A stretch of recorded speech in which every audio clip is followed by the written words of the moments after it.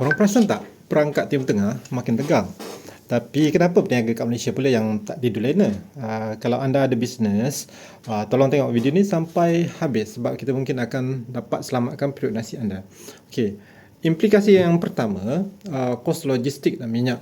Bila berlakunya konflik di sana, laluan kapal laut macam dekat Laut Merah tu, dia jadi sangat bahaya. Kapal-kapal ni kerap kapal kargo terpaksa pusing laluan lain, dia kena lalu Suez Canal. Kesannya tambang kontena naik mendadak, so lepas tu harga minyak mentah global melambung. Walaupun minyak kita disubsidi, kos pengangkutan industri dan logistik tetap akan terasa bahayanya sebab tak semua orang akan dapat subsidi, hanya separuh saja rakyat Malaysia yang dapat subsidi. Kalau macam bisnes dia tak dapat semua subsidi. Okey, barang lambat sampai ke kedai dan kosnya jauh akan lebih mahal. Okey, so implikasi yang kedua, nilai ringgit dan kos import. Bila waktu perang, harga dolar akan meningkat mendadak lah. So sebab semua orang demand semua orang akan demand dolar sebab dia orang nak pegang, sebab dia lebih kurang macam safe haven lah. Dunia akan panik dan dia orang akan cari dolar lah sebab dolar paling selamat. So kita beli import ekspor semuanya pakai dolar. So bila harga dolar mahal, kita dapatkan dolar dan kita beli barang, jadi barang harga akan semakin naik lah sebab dolar semakin mengukuh.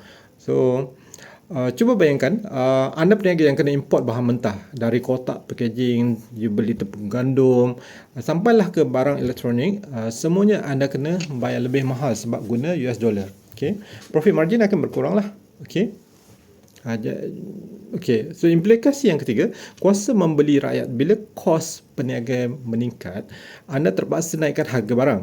So fair and square lah kan. Tapi bila you naikkan harga barang, inflasi akan meningkat. So inflasi meningkat, rakyat yang biasa ni akan kena ikat perut lah. So mereka akan paling banyak affected adalah yang B40 ke bawah lah.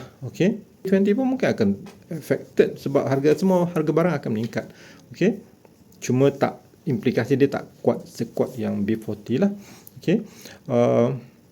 Habis tu kalau berlaku berterusan harga semakin meningkat macam ni, apa yang kita nak buat?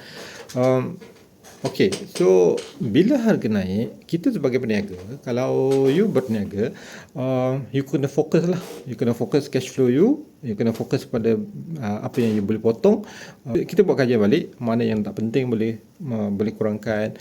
Sebab tu kalau syarikat besar, during the time crisis, dia orang cut cost, dia orang buang pekerja ke apa ke, dia mana-mana yang tak penting dia tutup. Okay.